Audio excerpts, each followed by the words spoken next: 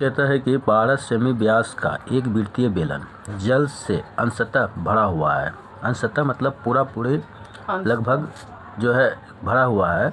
यदि उसमें 6 सेमी व्यास का एक गोला पूर्णतः डुबा दिया जाता है तो बेलन में जल की सतह कितनी ऊंचाई से उठ जाएगी।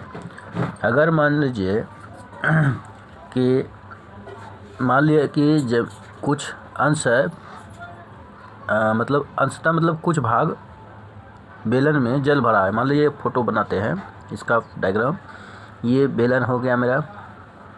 इसको डायग्राम से समझना होगा, सवाल जो बहुत ही आसानी होगा बनाने में हमें।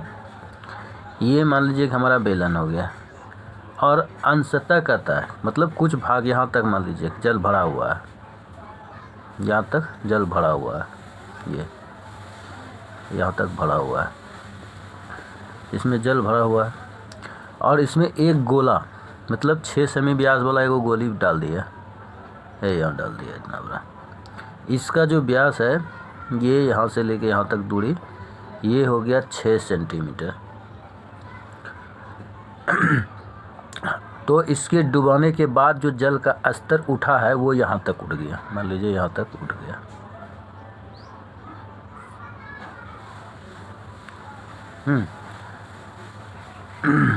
मान लीजिए कि एक ड्रम है, ड्रम में कुछ ढिला या कुछ भी दीजिएगा तो पानी ऊपर उठेगा ना। बाल्टी है, बाल्टी में कुछ दीजिएगा तो उठेगा ना। तो इतना जल उठ गया, मतलब यहाँ से लेके यहाँ तक उठ गया। तो इसको ऊंचा कह देते हैं एच, ऊंचाई। ये ऊंचाई हो गया यहाँ से यहाँ तक। और ये जल है, ये विस्थापित जल है। यहाँ से लेके यहाँ तक जो ऊंचाई हुआ ये क्या है? विस्थापित जल, विस्थापित जल। हाँ, तो हमको कहता है कि ये गोली जो है इसमें डालने के बाद कितना जल उठा, कितना सेंटीमीटर जल उठा होगा।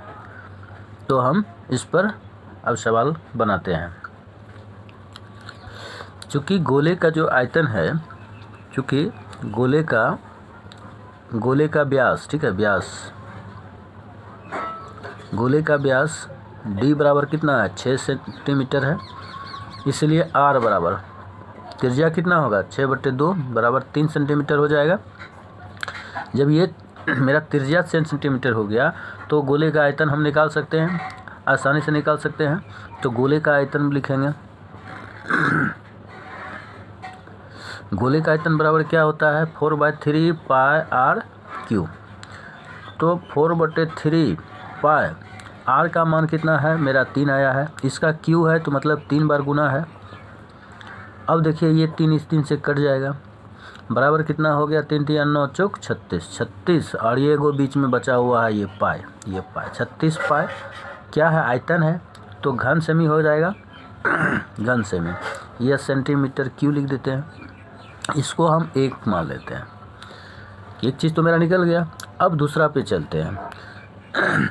अब जल जो उठ गया है, मान लीजिए कि कितना उठा था? सेंटीमीटर उठा, यहाँ तो माना हुआ है मैंने, लेकिन लिख देते हैं थोड़ा सा, तो कि सवाल सब कुछ लिखा हुआ पे रहता है।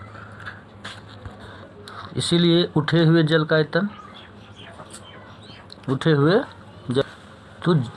जल का आयतन क्या होगा? ये जल क्या है? बेलनाकार आकार में होगा, वह बेलन के अगर रूप ले रहा है तो बेलन का आयतन हो जाएगा। तो ये हो जाएगा पाई r स्क्वायर एच।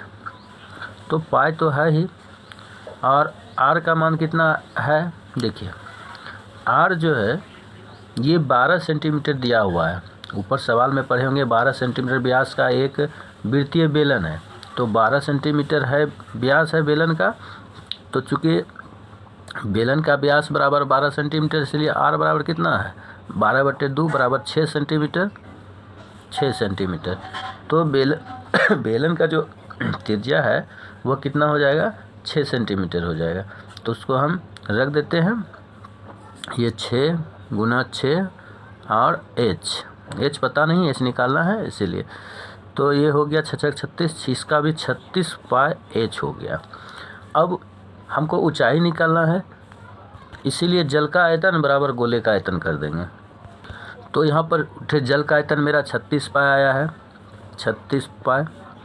और गोले का आयतन कितना आया है? गोले का आयतन एक में देखे हैं 36 पाई आया है। देखिए 36 पाई एक दूसरे से क्या हुआ, कट जाएगा, बचेगा कितना, h बराबर 1। मतलब 1 सेंटीमीटर क्या है मेरा जल गोली के डालने से ऊपर उठ जाता है।